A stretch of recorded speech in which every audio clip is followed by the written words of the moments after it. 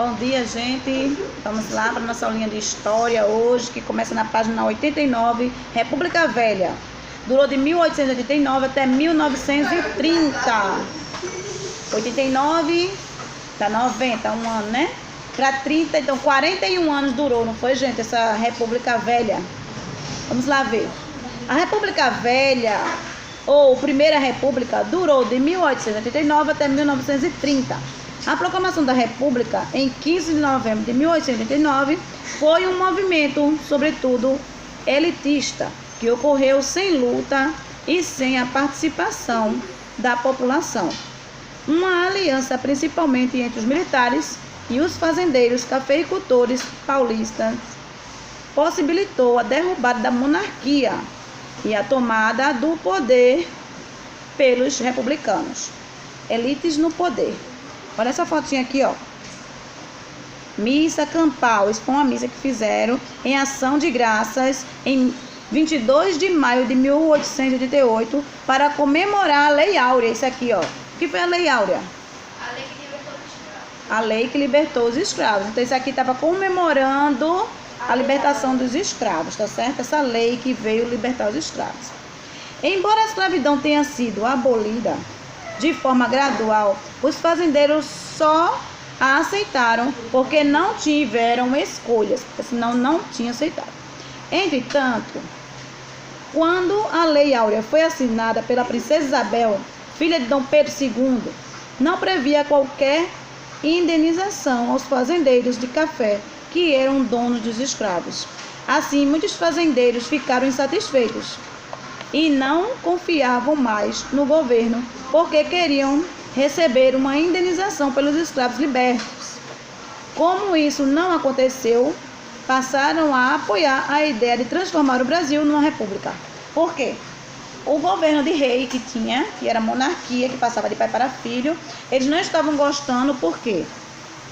Porque quando veio a Lei Áurea, eles perderam os escravos. Mas eles não estavam nem tão assim porque perderam os escravos. Eles queriam ser indenizados, ganhar um dinheirinho, porque eles compraram aqueles escravos, né? E antes que botassem ele para ficar livre, eles queriam que o rei pagasse o dinheiro que eles gastaram pelos escravos como uma indenização para poder libertar os escravos. Isso não aconteceu, então eles ficaram insatisfeitos com o rei, com a princesa Isabel também. E eles quiseram agora fazer o Brasil virar república para poder voltar e escolher o governante deles. Eles não queriam mais que passasse pai para filho, para não ficar a princesa Isabel e continuasse do mesmo jeito. Entenderam aí? Nesse período, a província de São Paulo ficava mais rica por causa da produção do café. A república interessava mais aos produtores de café, pois esses queriam ter maior poder no governo. Com a república, poderiam eleger deputados e participar mais ativamente das decisões políticas do país.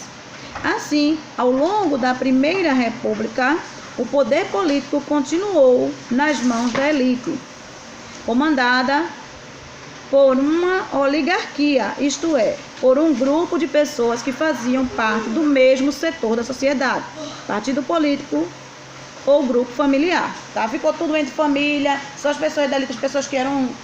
Quando falo da pessoa da elite, é o quê? Pessoas que eram da sociedade rica, né? Das pessoas ricas. Então, eles que fizeram parte dessa Primeira República, essa República Velha, tá certo?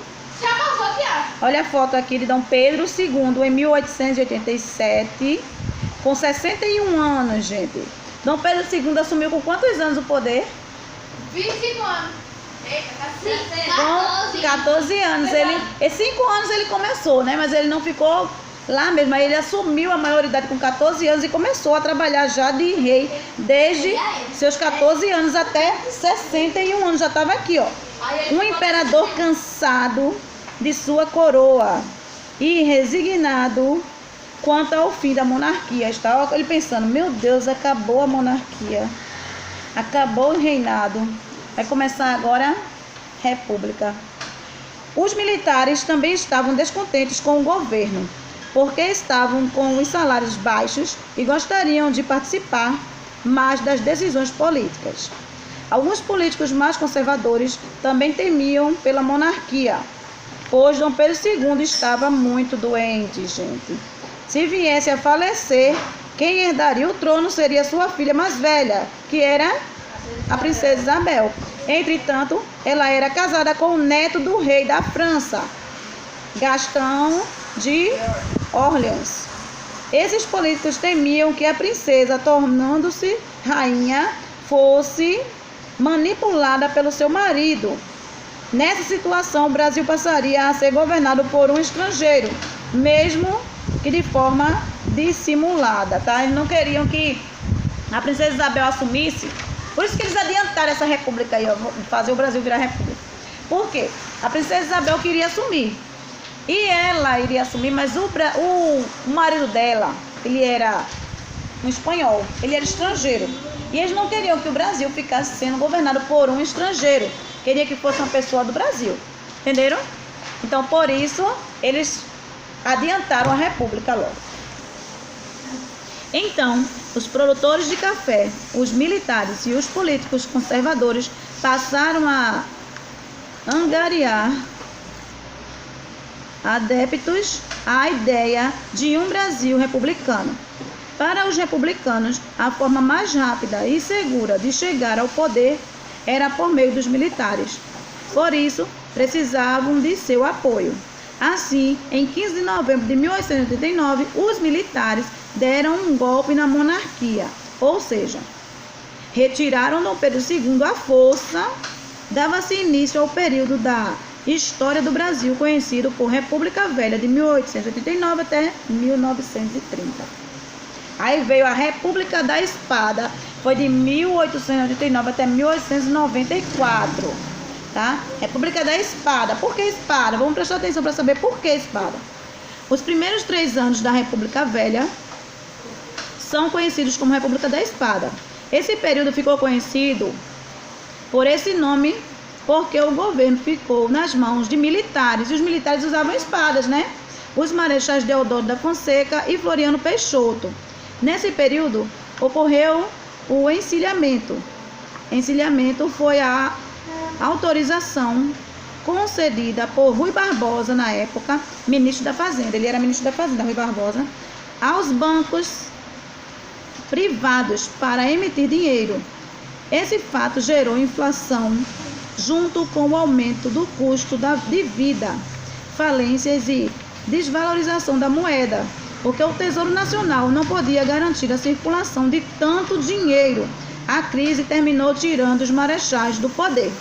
Aí eles quiseram fazer o banco mandar mais dinheiro, fazer mais dinheiro. É como aqui. Ele não tem a fábrica de dinheiro porque não faz bem muito dinheiro, dá para todo mundo. Vai acontecer isso, a inflação vai subir.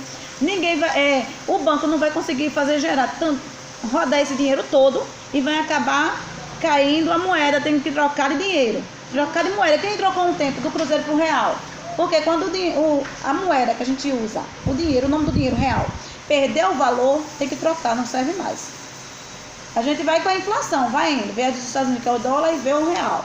E vai. Se ele perdeu o valor totalmente, não serve mais para nada, tem que trocar. Já foi trocado quando eu tinha uns 10 anos de idade, trocou. Era cruzeiro, cruzado, aí pegou e mudou para o real. Mudou para o real, e até hoje está o real, né? Pronto. Então aqui está a foto de Marechal Floriano Peixoto, que era o vice de Marechal Deodoro da Fonseca, tá? E aqui em cima, o Marechal Deodoro da Fonseca. Em Minas Gerais, além do leite, o café, o gado e a industrialização eram os pontos mais fortes na economia, fato que fez os políticos mineiros terem forte influência na política nacional. Mas eu vou ler essas curiosidades aqui. Curiosidades.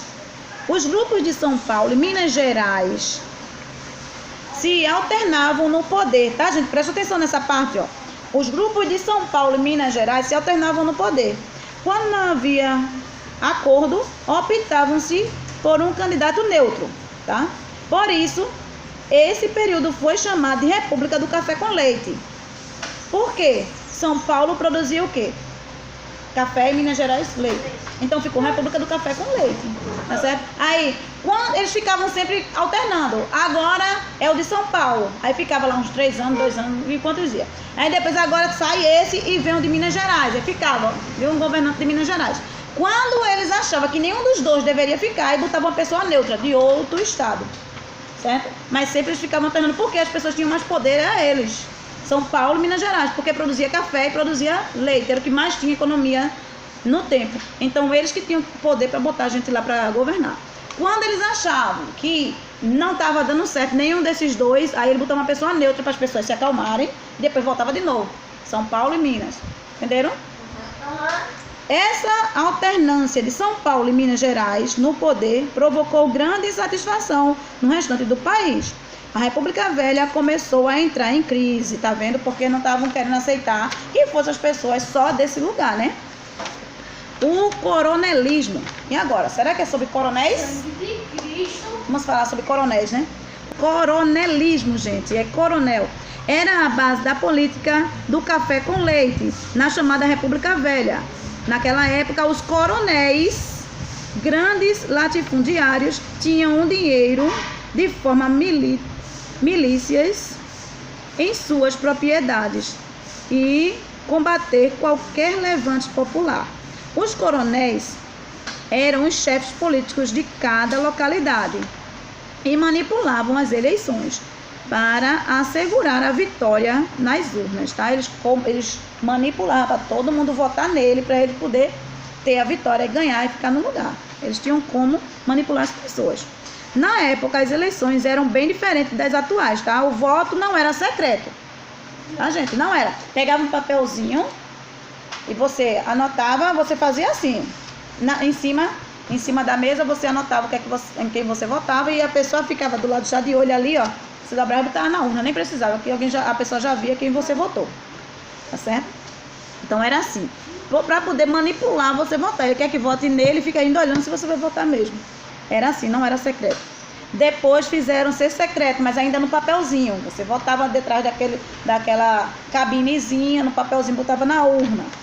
Aí agora a gente vota ainda na cabine, na urna eletrônica, né? A gente vota e é secreto, tá certo? Todo mundo pode votar em quem quiser. Pois os coronéis, o voto não era secreto, pois os coronéis controlavam o voto das pessoas que moravam nas regiões onde mantinham o poder, obrigando-as a votar nos candidatos indicados por eles. Contratavam jagunços para ameaçar e punir quem não votasse no candidato indicado por eles. Jagunços eram as pessoas que pegavam para dar uma surra nas pessoas lá fora. Se a pessoa não votasse, levava uma surra lá fora, porque você não votou, não fez a vontade deles, certo? Esse tipo de voto ficou conhecido como voto de cabresto, tá vendo? Olha, o tipo de voto, de votar em quem eles queriam, chegar lá só votar no que ele queria, era voto de cabresto. É como se estivesse botando no cabresto do cavalo. Não tem que o cavalo anda para frente, para você que é por causa do cabresto. O voto era um voto de cabresto. Ele estava fazendo você votar em quem ele queria. Tá certo? Desse jeito.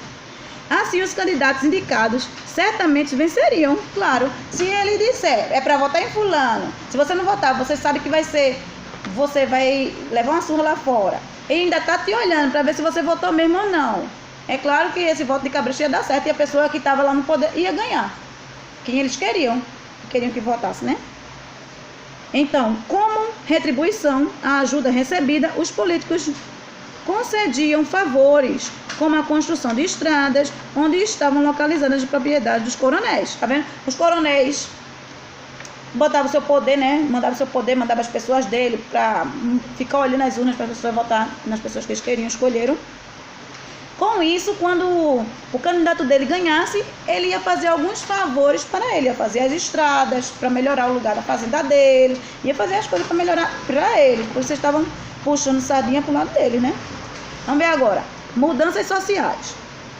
A mudança na forma de governo, de monarquia para república, não resultou em melhorias para a população brasileira. No período correspondente ao final do século XIX, no início do século XX, o Brasil recebeu muitos imigrantes estrangeiros que vinham trabalhar nas lavouras de café. Claro que quando acabou os escravos, tinham que vir agora estrangeiros para trabalhar no lugar deles, né, que eram os imigrantes. De onde vinham esses imigrantes? De todos os países do mundo. Nesse tempo, também ocorreu um grande desenvolvimento. Algumas cidades, como Rio de Janeiro e São Paulo, cresceram, modernizaram-se e acumularam riquezas, tá? Elas ficaram modernas e com muito dinheiro. Embora tenham ocorrido esse desenvolvimento nas grandes cidades, a maioria da população ficou de fora desse processo. especificamente as pessoas que moravam no campo, que viviam em condições miseráveis. Ficaram de fora desse sucesso que o Rio de Janeiro estava tendo, que estava crescendo economicamente, mas quem morava no campo não via nada disso. Canudos, vamos ver sobre Canudos agora. No final do século XIX, a situação da população no Nordeste brasileiro era muito precária. Tinha fome, tinha seca, miséria e abandono do governo republicano, que enviava poucos recursos à região que vivia sob o comando dos coronéis.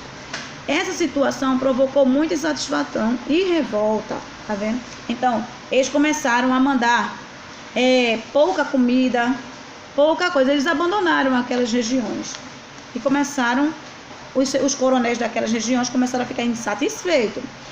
O povo se uniu e Antônio Conselheiro, o qual pregava ser um emissário de Deus, vindo para abolir as desigualdades sociais e as maldades da República, como a exigência do pagamento de impostos, por exemplo. Antônio Conselheiro fundou, em novembro de 1896, um arraial no sertão da Bahia, que recebeu o nome de Canudos, por causa da plantação de bambus. Que bambus é como se fosse um canudo. Vocês já viram dentro do bambu, quando você tira tudo, fica um canudo, né? Se você olhar assim, você vê o outro lado. Né? Então, eles fizeram ali naquele lugar, tinha uma plantação de canudo. Então, e fizeram um arraial ali, um lugar para eles se reunirem ali, e botaram o nome de Canudos por causa da plantação de bambus, que parecia canudos, que havia na região, tá? E os sertanejos e suas famílias o seguiram, acreditando que seu líder iria libertá-los da situação difícil que viviam ali, tá? E ali viviam. Canudos tornou-se uma ameaça aos interesses dos representantes do poder vigente, pois Antônio Conselheiro estava se transformando no maior líder sertanejo do país. Na comunidade, as leis da República não eram respeitadas, pois Canudos tinha suas próprias leis. Tá? Nesse lugar onde tinha Canudos, as leis da República eles não aceitavam. Eles não obedeciam, eles faziam o que eles queriam, eles tinham as próprias leis dele. Tinha uma lei da República, e se eles fossem olhar se estava sendo cumprida, não estava. Porque na comunidade de Canudos, eles tinham as próprias leis. O líder dele, que era Antônio Conselheiro, já tinha um grande influenciamento lá, uma influência muito grande, e fazia as pessoas obedecerem a ele, não às coisas do governo.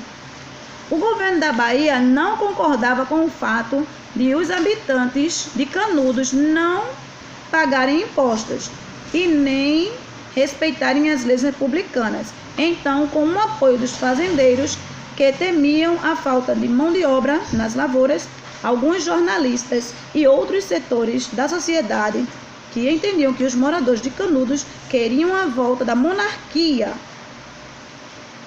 e, contando ainda com o apoio da Igreja Católica, resolveram destruir Canudos. Então, o governo da Bahia se juntou com os fazendeiros que não queriam perder mais escravos, não tinha ninguém nem mais escravo lá, não tinha mais mão de obra, não queria perder suas mãos de obra porque eles estavam influenciando as pessoas a fazer só o que eles queriam. Não pagavam, as pessoas lá de Canudos não pagavam impostos, tá? Eles não obedeciam a lei da República.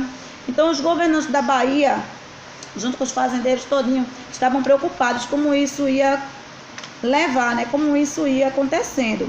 E eles começaram a se reunir com a Igreja Católica também, e eles pensaram, vamos destruir Canudos. E eles fizeram aí, vamos fazer uma estratégia para acabar com aquela comunidade de Canudos. Foram enviadas tropas do governo estadual e federal para atacar o local.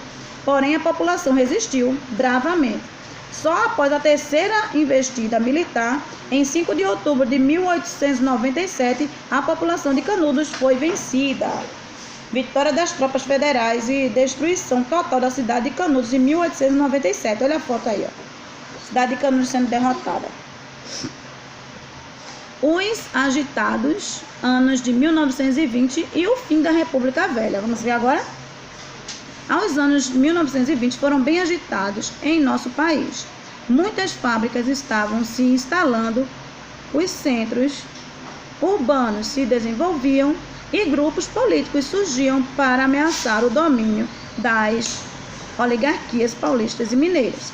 A oligarquia paulista isolava-se enquanto a mineira procurava aliar-se ao Rio Grande do Sul, as de outros estados, como Pernambuco, Rio de Janeiro e Bahia, na tentativa de eleger o presidente. Com a implementação das fábricas em diversos centros urbanos, ocorreu um inchaço desses locais, porque recebiam muitas pessoas que iam morar neles em busca de emprego. Entretanto, as condições de trabalho eram péssimas. Trabalhavam-se até 16 horas por dia. As condições de moradia também eram deploráveis. A maioria dos trabalhadores morava em cortiços ou mocambos. Por causa das condições desumanas de trabalho, os operários em 1917 promoveram uma greve geral, tá, gente, com sucesso.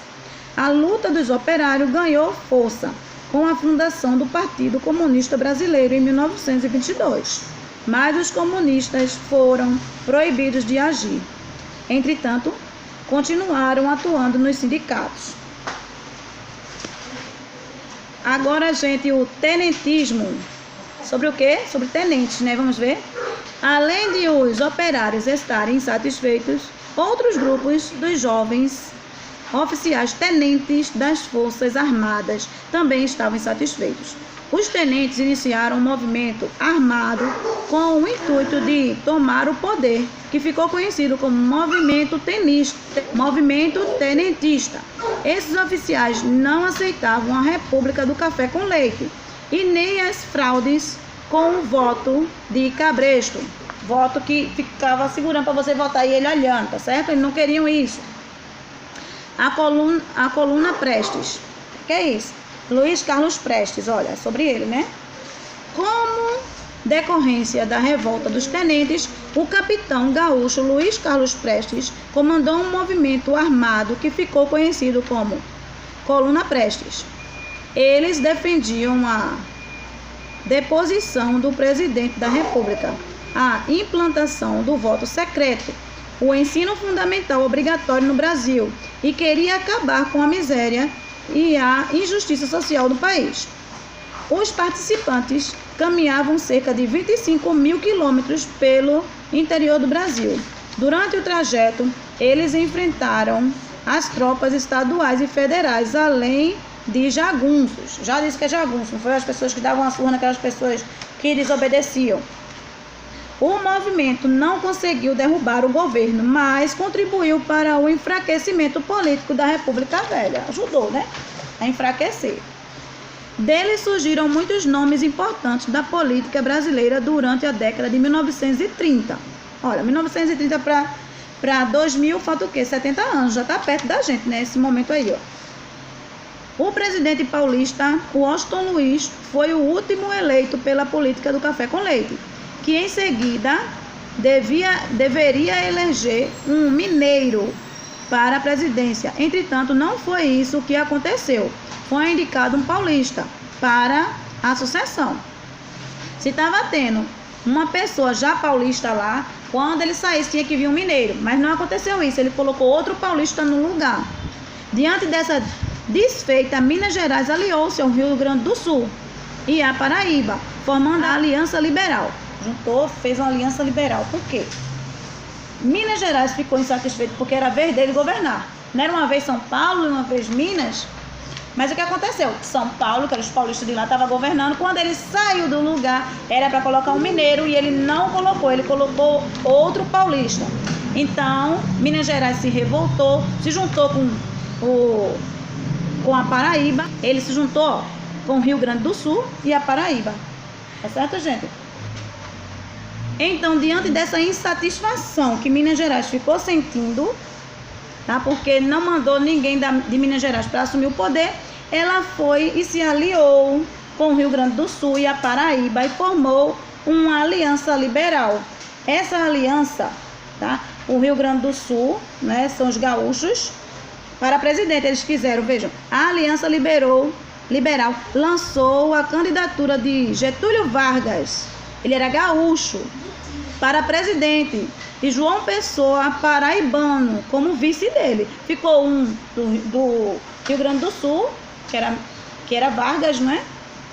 E outro da Paraíba, tá? Getúlio Vargas, e o vice que ia ser João Pessoa, da Paraíba.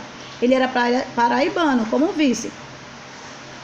Ela defendia mudanças significativas para o Brasil, como o voto das mulheres, o voto secreto e as leis trabalhistas. Tá, gente? Getúlio Vargas, isso aí já tem hospital, Getúlio Vargas, não sei o que. Pronto. Esse João Pessoa aí, ó, deve ter sido uma das primeiras pessoas que tiveram também poder lá na Paraíba, né? Tem a capital, João Pessoa. Como as leis não foram honestas, Getúlio Vargas perdeu para Júlio Prestes, tá? Lembra daqui, ó, que a gente estava falando de Prestes? Carlos Prestes, Luiz Carlos Prestes, outra pessoa com esse sobrenome também, ó, Júlio Prestes. Além disso, ocorreu o assassinato de João Pessoa no Recife, gente. Esses acontecimentos desencadearam uma revolução, que foi a Revolução de 1930, dando início à Era de Vargas. Então, gente, aí foi o que aconteceu na República Velha, tá? Teve aí a República do Café com Leite, teve a Guerra dos Canudos, né? A República aí, ó, o coronelismo, o movimento tenentista, a República da Espada, tá certo? E esse movimento todo da República Velha durou de 1889 até 1930, tá certo? 41 anos. Tá bom, gente? As elites no poder. Elite, quando fala de elite, são pessoas que são ricas, né? Que a gente chama, ó, da elite. É coisa de gente rica, tá certo? Tava no poder, eles que mandavam, então eles foram mudando, até que chegaram nas pessoas, mas qualquer pessoa pode agora pra ver se ganha, né, gente? Tchau, tchau, até a correção.